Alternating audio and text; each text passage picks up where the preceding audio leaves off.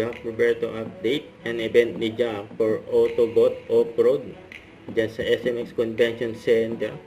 Ayan, Manila Auto Salon 2025. Ayan, gwapo pa nga ni Jack.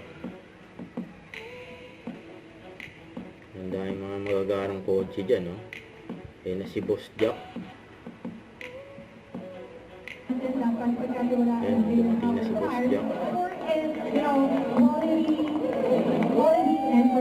Jack Roberto in the house. Hello, nakikita yun yun, no? Sa harap yun. Ako na hindi lang ako sa 2025. And yeah, I'm the official investor of Kevin Power. Ngayon din lang actually na official na akong endorser ng Kevin Power. So, kausap natin yung mga boss natin sa likod.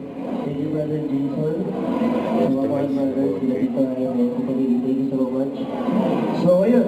Meron tayong may mga sizes yan, like may 17, actually may 15 pa nga yata eh. 15, 16, 17, 18, 19, 20. Meron pa nga hanggang 26 yata. So, depende sa gamit nyo. Halimbawa, pupunta kayo sa isang off-road shop like Autobot. They'll ask you kung ano yung specs or yung everyday work mo for them na makapag-suggest sa inyo na gagamitin nyo na mounts. So, kung lagi ka nag-off-road, like, ginagawa mo siya like every week. So, para sa akin, mas ideal yung 18 inches or 17 inches na flip lock. So, isa yung parang, yung kung may narinig nyo, yung tinatawag na donut. So, parang mas malaki yung, yung tires kaysa dun sa mounts. Pagka naman, actually 20s pwede rin kasi ginamit ko before, parang di ba ako nag-18s, more on 20s na ginagamit ko na fuel off-road. When it comes naman doon sa design and parang yung pagka-aggressive niya, yung neck, parang head turner, kumbaga, tinatawag nila. Nakikita mo talaga yung 20s, lakas talaga ng dating. Especially pag medyo nakalabas, di ba? May offset siya.